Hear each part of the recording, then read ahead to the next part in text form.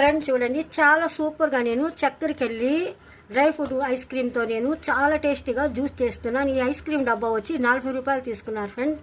చూడండి, రెండు వచ్చి నేను ఇలాచీ వేసుకుంటున్నాను. చాలా మంచి ఇలాచీ, చిన్న చిన్న ఇలాచీ. తగినంత నేను పంచదార తీసుకున్నాను. చూడండి, ఒక 30 లీటర్ నేను పాలు తీసుకున్నాను. చాలా టేస్టీగా సూపర్గా నేను డ్రై ఫ్రూట్ ఐస్ క్రీమ్ వేసి నేను చాలా టేస్టీగా జ్యూస్ చేస్తున్నాను. చక్కెరకెళ్ళి కాయలు వేసుకున్నాను, ఒక 6 కాయలు. చూడండి నేను ఎలా మిక్సీ పెడతాను, జ్యూస్ ఎలా ఉంటుందో చూడండి. పంచదార వేసుకుంటున్నాను. చూడండి, ఐస్ క్రీమ్ వేసుకుంటున్నాను. ఇది గార్నిష్ కోసం పెట్టుకుంటున్నాను ఈ ఐస్ క్రీమ్.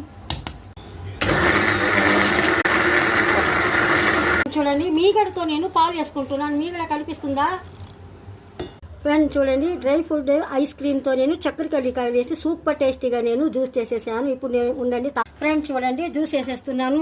పిల్లలైనా పెద్దవాళ్ళైనా మీరందరూ తాగండి ఫ్రెండ్స్.